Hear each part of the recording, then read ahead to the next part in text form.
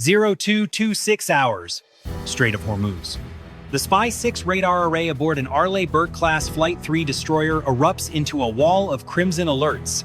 Across the threat display, the void of the night sea fractures into dozens of fast-moving contacts, blooming outward from three separate bearings at once, converging on a single point: the warship. They are not waves, they are not weather. They are wakes, throttled to the redline, slicing toward the destroyer like a blade thrown at the heart. Iran has launched its swarm. And the clock has already started running. Inside the Combat Information Center, the duty officer reads the closure rate aloud, and the number lands like a dropped weight. The lead IRGC fast attack boats are screaming in at better than 40 knots, and at that speed, the math is brutal. In 90 seconds, perhaps less, the first wave reaches rocket range. After that, every second the destroyer remains a stationary silhouette is a second it can be torn open at the waterline. On the line is a $2 billion warship, 300 American sailors asleep in their racks moments ago, and something far larger than any single hull, roughly a fifth of the planet's seaborne oil, moves through this corridor every single day. Let the strait close, and the price of the war is paid in markets crashing across 3 continents before sunrise. The crew has trained for the impossible, but training assumes you see the punch coming. This time, the punch is 40 boats wide and arriving from everywhere. The captain has seconds to choose: fight from a standstill, or maneuver into water he cannot yet see. And here is the question that will decide whether the Strait of Hormuz becomes a shipping lane or a graveyard. What does this destroyer know that the IRGC, racing toward it with absolute confidence, does not? To understand the gamble, rewind a few weeks. Diplomacy is dead. The back channels have gone silent, and Washington's maximum pressure campaign has squeezed Tehran into a corner with no clean way out. So the Islamic Revolutionary Guard Corps does what cornered regimes do. It reaches for the one card it believes no one can beat. They call it Operation Hormuz's Gatekeeper, and the ambition behind the name is total: seize absolute control of the most important choke point on Earth. This is no longer about threats issued from a podium.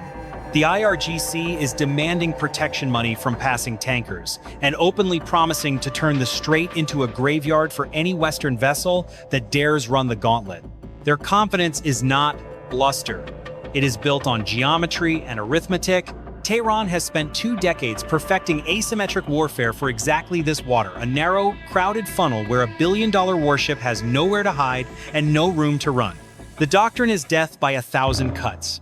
Swarms of small, expendable fast attack boats designed to overwhelm any single defender through sheer numbers, the way a hive smothers a bear. Hundreds of cheap Ababil decoy drones to drown enemy radar in phantom contacts. Faginure, 5 rocket batteries dug into the coastal cliffs. And beneath the surface, the part they are proudest of: fields of Mahham-class smart mines, patient and silent, waiting for acoustic or magnetic signatures to wander too close. The IRGC commanders have run the simulations.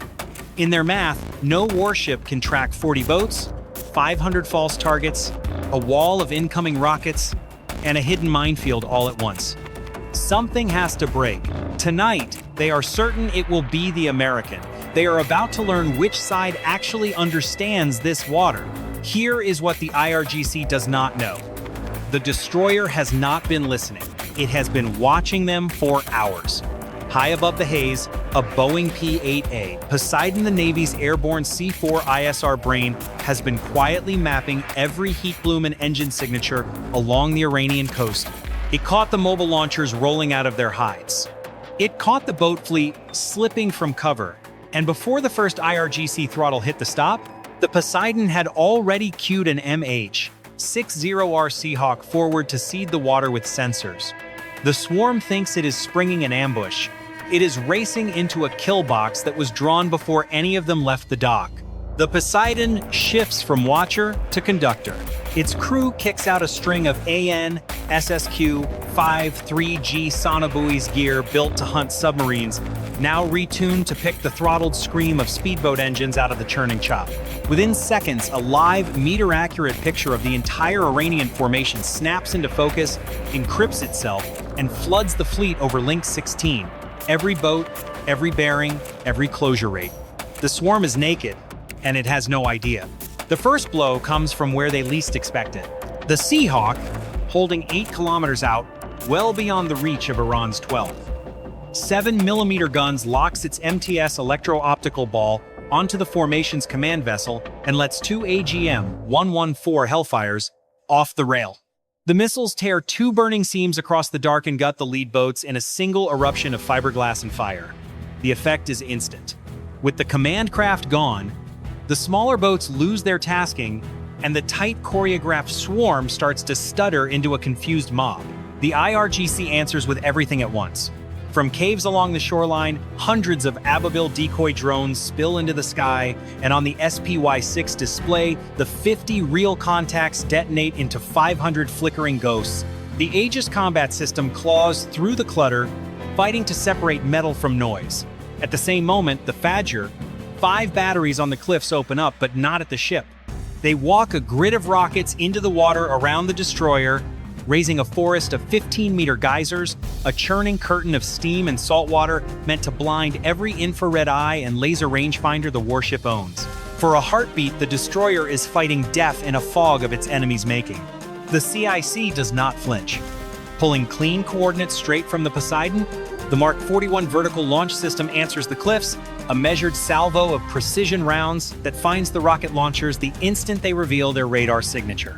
Simultaneously, the SLQ-32 electronic warfare suite hurls a focused beam of concentrated energy at the coastline, overloading the receivers feeding the IRGC's shore radars. Fire and frequency hit together, and a stretch of the Iranian coast goes blind, a narrow, deliberate gap in the enemy's eyes. Exactly the window the Navy has been waiting to pry open. Through that gap, the hunters come.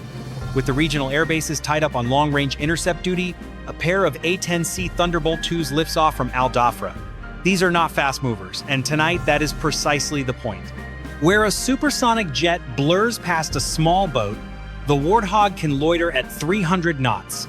Slow and patient, its sniper targeting pods stripping the dark off the water one wake at a time. They come in low along the coast, threading the 150-meter limestone cliffs to stay under the radar floor, then drop to 30 meters with their wingtips nearly shaving the whitecaps. The IRGC crews hear the howl before they see anything, and then the GAU-8 Avenger opens its throat. That unmistakable tearing roar drowns the sea itself as 65 30mm depleted uranium rounds a second walk through the formation, turning hull after hull into burning debris and spreading oil. Do you believe in the United States Navy? If you think this crew is already 3 moves ahead of Tehran, type ahead in the comments right now. And yet, even as the surface burns, something colder is rising from below. 0339 hours. The Seahawk snaps its multi-mode radar into high-resolution short-range mode, sweeping the surface for anything small riding the chop. The returns come back wrong, faint metallic glints, just inches above the water, holding rhythm against the random slap of the waves. Not flotsam, not boats, signatures. The truth of the whole night arrives in a single transmission punched across the secure net at emergency priority. The vampires on the surface were never the real threat. Beneath the burning swarm sits a Mahham-class minefield seabed anchored charges, keyed to detonate on acoustic or magnetic trip, and it has been there the entire time. Hard turn. Now, the swarm was theater. The mines were the play. Every screaming boat, every false drone, every wall of rocket spray existed for one purpose: to herd a 9,000-ton destroyer onto a buried killing floor. And the trap is closing from both ends. The AN/SQQ-89 sonar suite resolves the picture in full, a dense mine barrier ahead, and behind it, living torpedoes, semi-submersible suicide boats accelerating in for the kill. This is the pincer. Hold position to sweep the mines, and the destroyer becomes a stationary target for the suicide wave. Maneuver to evade the boats, and it drives itself into the Mahham field, slowly gutted or instantly opened. A second wave of fast attack craft, faster and hungrier than the first, lights its throttles and joins the squeeze, every hull aimed at the thin steel of the waterline. The captain reaches for the one weapon that needs no path through the mines. Not a gun, not a missile. The ship's full electronic warfare arrays spool to maximum and unleash a high-intensity electromagnetic assault across the strait, not jamming, but a flooding, drowning surge of radio frequency energy. The effect is biblical. The surviving Ababil drones, GPS, and command links, severed in an instant, drop out of the sky like dead birds. The suicide swarm loses its nervous system whole. With no central coordination, the boats begin slamming into one another in the dark, their pilots staring at navigation screens gone to pure white static. The blindness becomes the opening. As the storm of false contacts collapses, the inner defensive ring takes over for the final reckoning. The Phalanx CIWS, the crew's foul-tempered R2D2, wakes into its automatic search and destroy cycle, its self-contained radar locking anything moving faster than 20 knots inside the close ring, and the M61A 120mm Gatling spins up to 4,500 rounds a minute, a solid rope of tungsten that shreds the living torpedoes less than 500 meters from the hull. At the bow, the 5-inch Mark 45 Mod 4 from Before Anyone Else systems joins in with airburst rounds fused to split 3 meters above the surface, blooming cones of shrapnel that sweep the last suicide craft clean off the water. The strait that was an Iranian swarm minutes ago is becoming a field of sinking, burning hulls. By 0520 hours, the destroyer is no longer the prey, it is the hunter. The IRGC offensive has not merely failed, it has been disassembled, methodically, by a system of systems that never once lost its picture of the fight. High above the smoke and spray, the P-8A Poseidon turns its AN/APY-10 radar onto the coastline and reads straight through the chaos to the source of it all. The missile silos and submarine bunkers the IRGC carved deep into the limestone of Keshem Island. Coordinates flash down the net in real time, and the Warthogs come around one last time, now slung with Raytheon GBU-12 Paveway 2 laser-guided bombs riding the Poseidon's designation. The bombs walk into the cave mouths with surgical certainty, and the mountain answer's secondary blasts ripple out from fuel and ammunition stores, and the bunkers fold in on themselves, sealing the IRGC's reserve under thousands of tons of rock. The blockade is broken. The destroyer pushes into the main shipping lane and plants itself there, unhurried, asserting control over the water Tehran swore no Western hull would cross. Operation Hormuz's Gatekeeper, the campaign meant to hold the world's oil supply hostage, has been undone in under 2 hours, leaving behind only the stink of burning fiberglass and a strategy that went up with it. And here is the part Tehran will study for years. The IRGC's real mistake was not losing the fight, it was choosing to have one. Had they stayed silent, salting the strait with mines and simply vanishing, they might have forced the United States into weeks of grinding minesweeping and rattled the global economy through nothing but uncertainty. Instead, they chose noise. They chose the swarm. And in doing so, they handed the Navy exactly what it does best with a target. The lesson the Strait wrote in Burning Oil tonight is simple. The loudest threat is rarely the deadliest one. And an enemy who shows you everything has already lost the only thing that mattered. So now it is your call. Did the captain make the right read, holding fire and reaching for the electronic warfare suite when the mines closed in? Tell me in the comments. If this breakdown of American naval power earned it, hit like, subscribe, and ring the bell so the next engagement finds you first. This is a hypothetical dramatization built on real platforms and real tensions, a what if, not a forecast.